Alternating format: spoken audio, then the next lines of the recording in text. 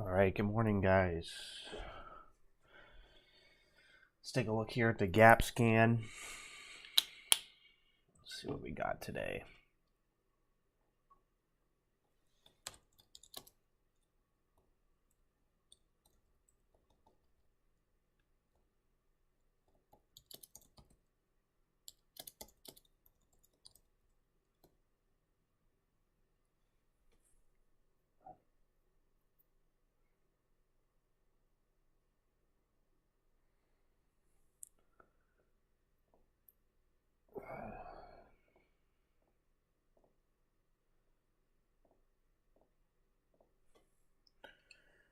All right, so starting from the top of the gap scan, we got GHSI. Looks like GHSI is a low volume ticker. Looks like a low volume ticker.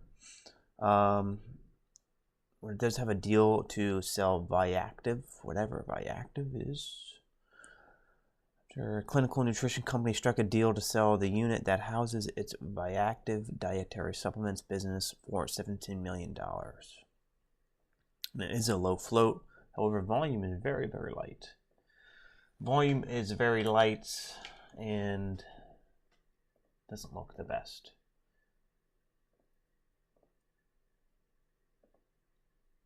But it did make a move from 6 to 13. I mean, this is still a decent move here. If it gets back over VWAP, I'll be interested. So we can put that on the side chart, GHSI.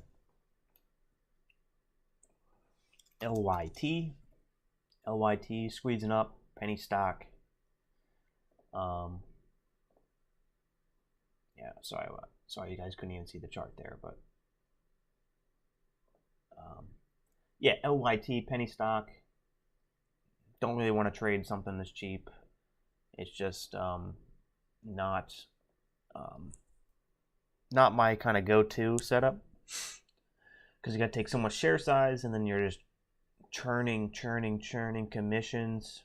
Well, not commissions, but reg fees. And it's not the best.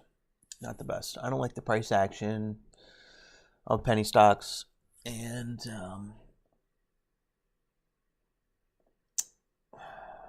don't know, maybe move up 22 cents. Maybe you can get a move here to 27, but I don't know. I don't think this is the best.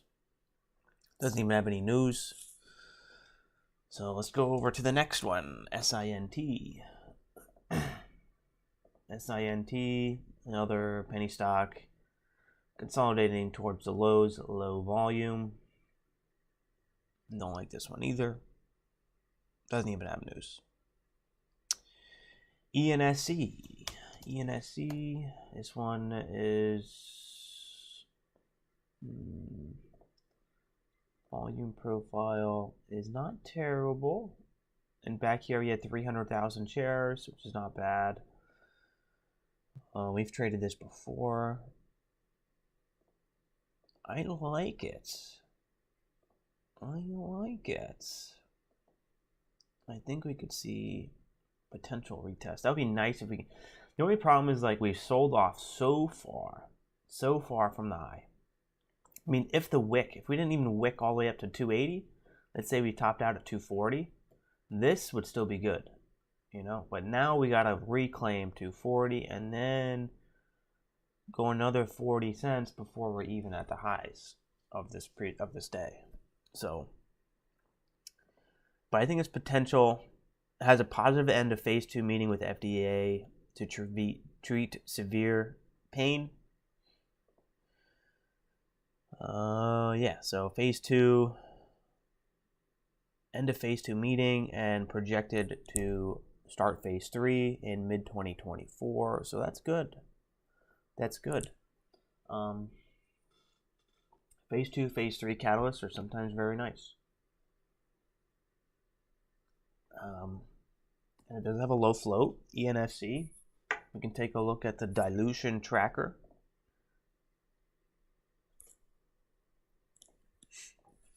dilution tracker.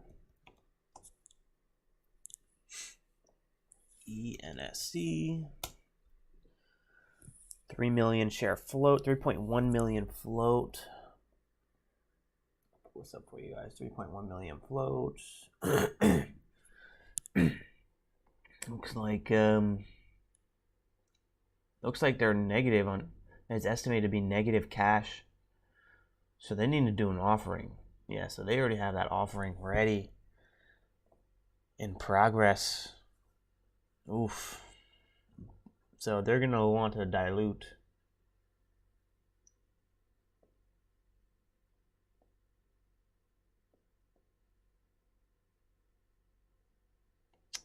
So yeah, they're going to want to probably dilute. They got, the offering from January. So this is already this month. They got that offering already ready in progress to drop at any time. So they might let this run for a couple days first if it does start to do a multi-day sort of gap. Because we have been getting those multi-day gappers. We have been seeing multi-day gappers on NEXI, RVSN. So, I wouldn't be surprised if we get another ticker that starts continuing multiple days. But 2.1 million share, 3.1 million share float, and you have that offering that's in progress. So I'm not sure if that's going to weigh on the sentiment on this specific stock, but I think it has potential. So I'm going to keep that one as well here on the side chart. LYT, ENSC, GHSI.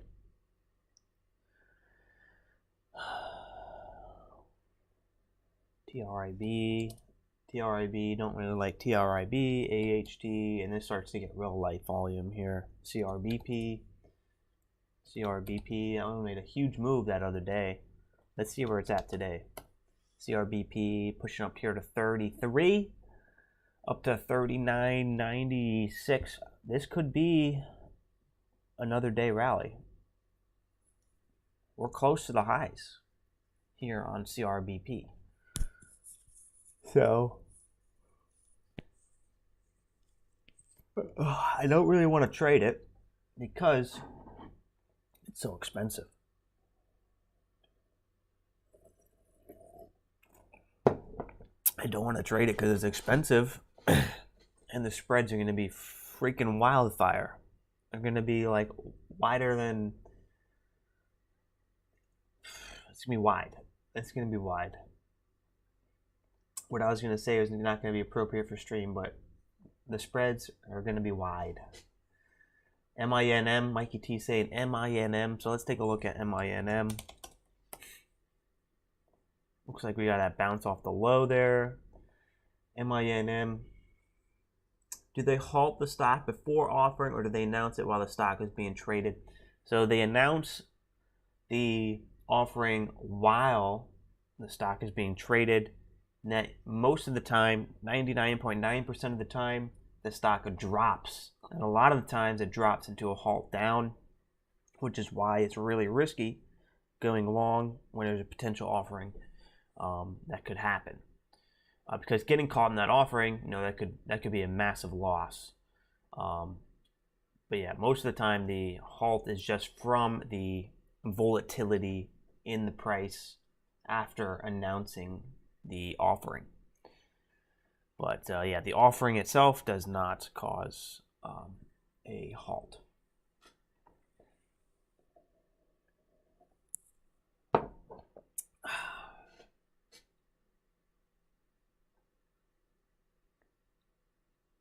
Very good question, though. Very good question. MINM, kind of just, yeah, I don't really like MINM just because there's no news on it, right? Oh, wait, no. Looks like MINM rises after investor buys 2 million preferred shares. Okay, well, the guy bought $6 million of stock. And the flow is 1.03 million. Share flow, 2 million outstanding. That's a significant amount of shares there. That guy's buying 2 million shares because there's only 2.6 million shares outstanding.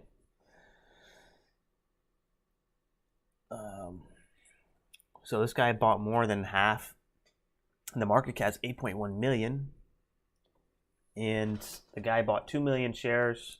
I don't know what price he bought it at, but if you take it at, say, what, $3, he buys it at $3, that's $6 million. That's two-thirds of it's a $1 exercise price, I think it says. So it's a third of the market cap. So who knows? I mean, it has decent news, but the volume doesn't seem to be, the market doesn't seem to be reacting to that news. So like I said yesterday, we don't trade news, we trade price action. Right now it's not giving any significant price action, so we can keep it on the side chart and watch, but it's not going to be a main watch for me right now. So the other tickers yesterday, Nexi kind of faded heavy from yesterday, 28 back down to 13, bouncing up to 21, now selling off again. Could be a higher low with another retest of 20. Who knows, maybe today, or he could fade down back down to the lows. But crazy move on Nexi, 2-day move from $5 to $28.69. Crazy. Wow. This is nuts. I mean, the volume isn't that good. Isn't amazing. Like, it's not like a volume leader on the day, either on Nexi or I think even RVSN. Like, these rips were like not on volume leading news, but because that float was small and it was very thinly traded, spread was wide, it was able to really skip dollars a share. RVSN could still be in play because we're still holding this uptrend. We're still holding this uptrend, unlike Nexi. Nexi is kind of had a huge rejection, or not rejection, but huge sell-off candle, kind of like an engulfing candle here. And that definitely is going to weigh on momentum, but I'd think it'd be potential, Nexi, and RVSN, it's closer to the high, so I think RVSN has a better potential to at least squeeze through the high. Where is this line drawn? Let's see here. This line is drawn from there, or no, so this is all-time highs. So it hasn't even broke all-time highs yet. So because we haven't broke all-time highs, you could still see a move on RVSN, because all-time highs is a major psychological level, and it's going to act as a magnet. There's some traders that like to say, oh, the high a day or the whole dollar, that's like a magnet. Price is like attracted to it. So you got to anticipate that, and maybe we could see a move on RVSN back up, just to at least break that high, all-time high. Because you just made a move from $1.01 share all the way up to $2.58. The high, all-time high is $25.12. What's another $1.50 share? For the bulls, what's another $1.50 a share to break all-time highs? It's a major accomplishment for a stock. Going from all-time lows to all-time highs in 3-4 days, that's a major accomplishment. I think the bulls are going to do it. I think the bulls are going to do it. But nothing's guaranteed. Got to manage your risk. If it does start to pop up, then I'll be looking to trade it. So I'll keep RVSN on the side chart as well.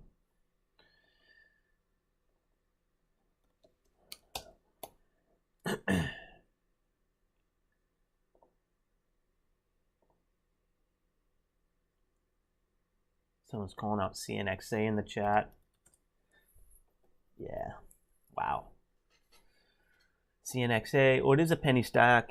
Announces new patent. So patent news is pretty decent for live stream contextual intelligence technology. Not bad. Not bad. Okay. I think we could see a move. We got, good volume here. We can clear out some of these wicks. I'm sure we can clear up some of these wicks up 35, 30, 32. Yeah, I think this is possible. and then maybe start to, test our way up to 50. But I think we can, at least the first target here is 35. I mean, we're closing. It looks like we're about to close. If we can close in an area where we previously could not close, that's bullish. So, but this is the 4-hour chart. So let's take a look here at the,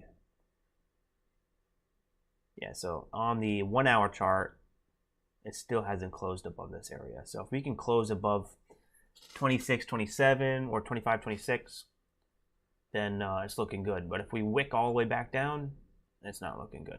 It means that it's going to reject like it's done the past 4 or 5 times. But if you look at the 5-day, it looks pretty decent here for potential through 33. I'll put a line here at 33.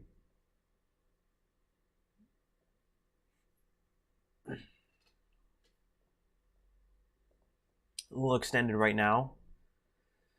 I don't know. It's been kind of choppy up here at the highs. So we'll see. Maybe we can get a pullback, and then we can see a push up to 30. Or break a 30.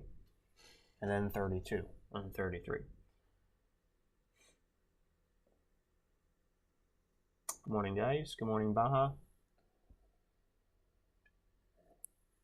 Okay, so how do you decide to trade a stock with an offering hanging out there? Better to just stay away?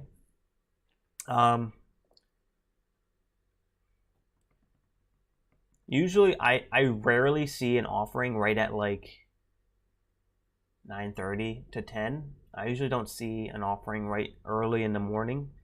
I usually, most of the time, see an offering later in the day, either midday, later in the day, or after hours. Sometimes pre-market, but usually right around the market open where I trade. Most of the time, I wouldn't say all the time, but I rarely see an offering. And the only thing I can say is I would trade it. Again, this is just my like unsolicited advice. I would trade it if there's price action. But I wouldn't be holding for a very long time. I would want to reduce my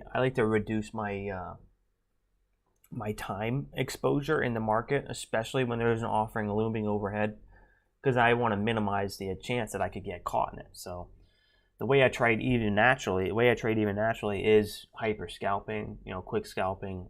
I'm trading, my average hold time is 10 seconds. So I usually am able to avoid a lot of those offerings anyways. But for anyone who's trading wants a hold time of 20 minutes or 30 minutes, I would want to cut that down to at least, as much as possible. Because if you're holding for 20 or 30 minutes per trade, or if you're holding for a couple hours with the total hold time, a couple hours out of all your trades, you're going to put yourself at a high risk of getting caught in an offering. So just keep that in mind. But a lot of the times, if there's an offering overhead, they like to wait for the stock to kind of make a move first before sending out that offering. They're not going to send out the offering an hour or 2 hours or 3 hours after they publish the news. They want to use that, like they're not stupid. They know that the stock market, you publish news at a good time, the stock is going to make a move, and they're going to want to wait for that stock to actually already, come to the highest price that they think is possible before they send out that offering, because it'll give them a cushion on that stock, so it doesn't go down too far. Because let's say like you publish news and the stock's only up 20% or 10%, you publish the offering, you could go right on the day because of the offering, right on the day, and then minus 20%, 30% of the day. They don't want that. They want, the stocks at least maintain a normal price, or at least the highest price that they can possibly have. Because, first of all, if it's below $1, their stock price is below $1, they need to, there goes CNXA. If their stock price is below $1, they have, we looked this up the other day, but I think it was 60 days to regain compliance with the NASDAQ, and they had to have their stock price over $1. So a lot of the times, they like to, you know, allow the stock to make the move, give it a couple hours, give it maybe a day, maybe 2 days, and then publish the offering, because then it's less likely the stock is going to, you know, plummet so far deep into the downside. CNXA, my thesis was perfect. I was like, all right, maybe we need to pull back here and then a test a 30 or break a 30, and there we go. That's what we got. I hope some of you guys who trade those penny stocks, I hope you guys killed that. I know my boy Mike, not Mikey T, but MNQ from the Discord. He loves the penny stocks. So I'm going to send him a message here and see how he did.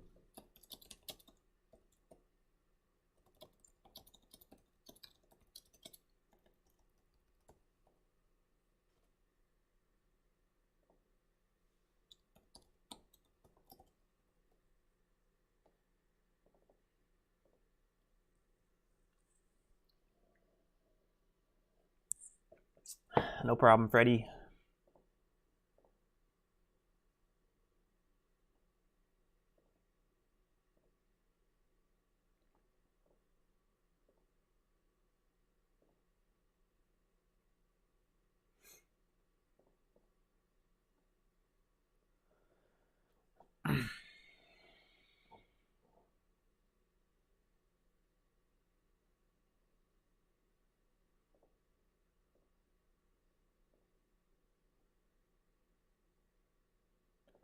I think we have potential here for, yeah, to break 35.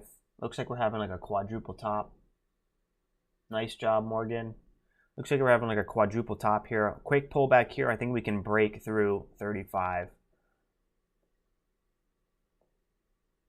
And then you're looking at little resistance up till, I'd say 40 or 50.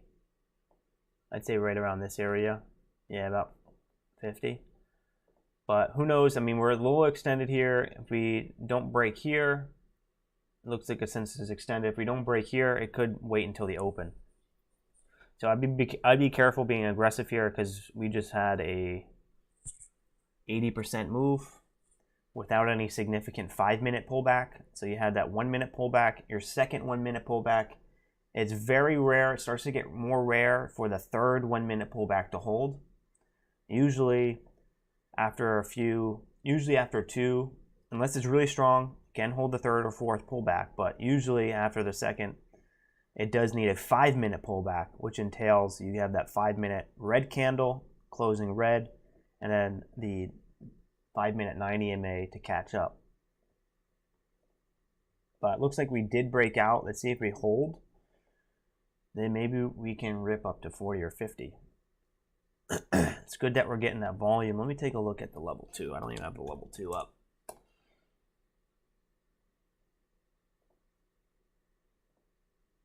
So this is the third 1 minute pullback that has just broken out.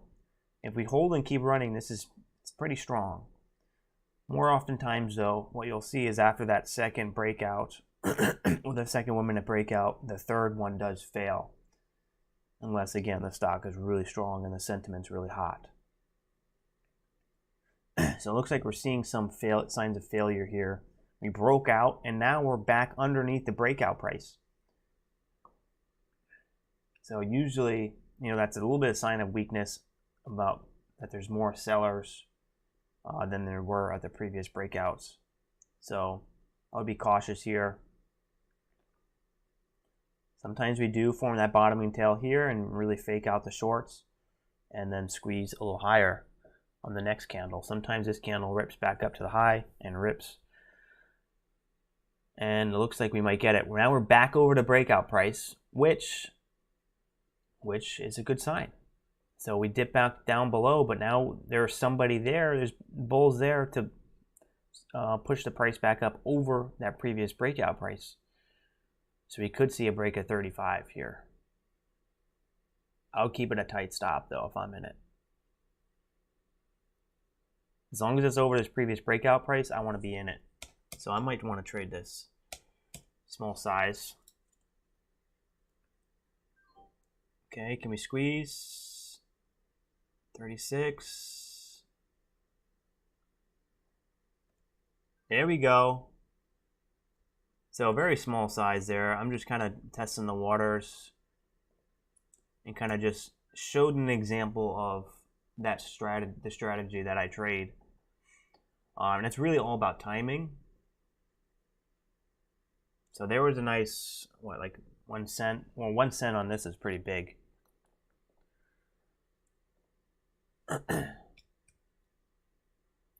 But very good analysis. And I hope you guys can use that analysis as an example of what I look for an entry.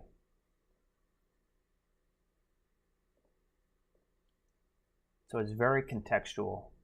The analysis is very contextual, and it can change on the flip of a switch. It can one little tweak in this candle would have switched my bias. If this candle closed to the low and we didn't break it back over that previous breakout area, I would be bearish. I would be thinking that this is coming back down. So it's very contextual. It's so precise. It's like performing surgery, man. It's like you got to be so precise in your analysis.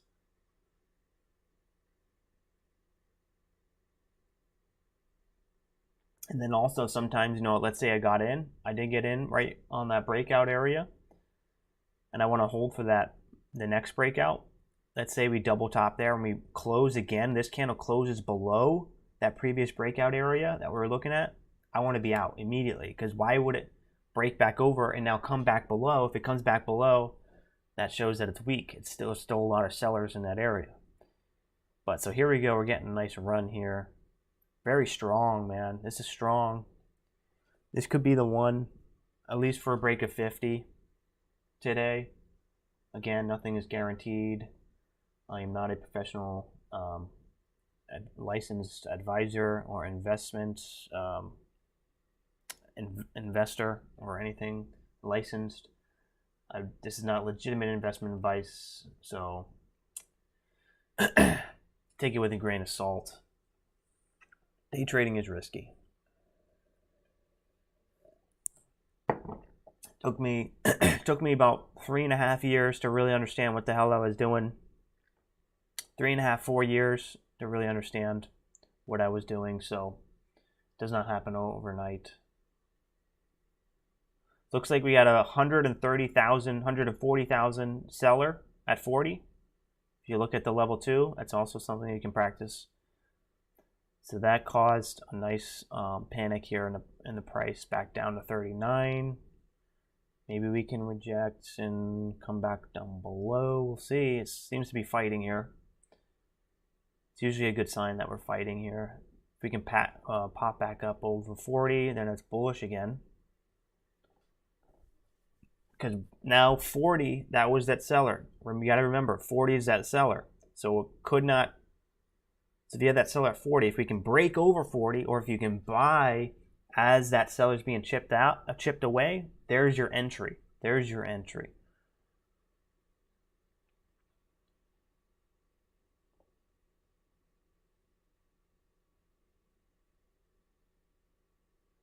Or you can also catch the dips as well. But you don't want to kind of just buy like in between where the low and a significant, breakout area is, or a big seller, because it's pretty much a coin flip here. It's a coin flip. It could continue lower, or we can come back up.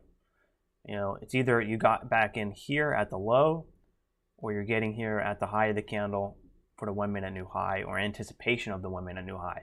But if you're just buying like here without any indication of it either bottoming out or catching the breakout of either a previous 1 minute high, a big seller, or a high a day breakout, or a pivot area breakout, then you literally just might as well put your money on black or red, because it's really that you really have no edge at that point in between.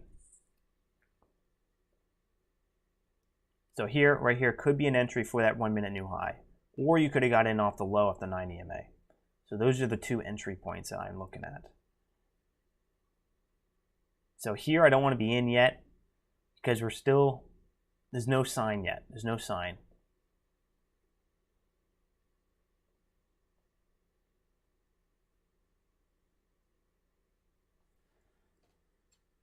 We're going to curl back up. I could take a small position as it starts to curl back up for anticipation and then add when I see the tape speed up.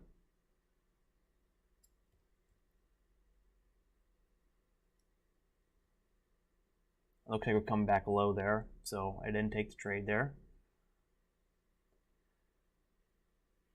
And then again, trying the strategy off the lows, fishing for the lows. This is where, you know, I think of like a potential support area or a big buyer on the level 2, and I try to buy fishing for the low of the candle, and then as it starts to wick back up, you could either add or you could scale out. That's the other strategy. But it's tough, man. It's tough. Takes a lot of practice. But I'm going to be watching this one, CNXA. I'm going to be watching CNXA. Hope you guys get green. Trading is risky. Thanks for tuning in. Hit that thumbs up button for me. Hit that subscribe button for me. Hope you guys get green. Could be another great day today. So good luck out there, and I'll see you guys on the recap. All right. Peace. Good luck. Stay disciplined. Stay patient.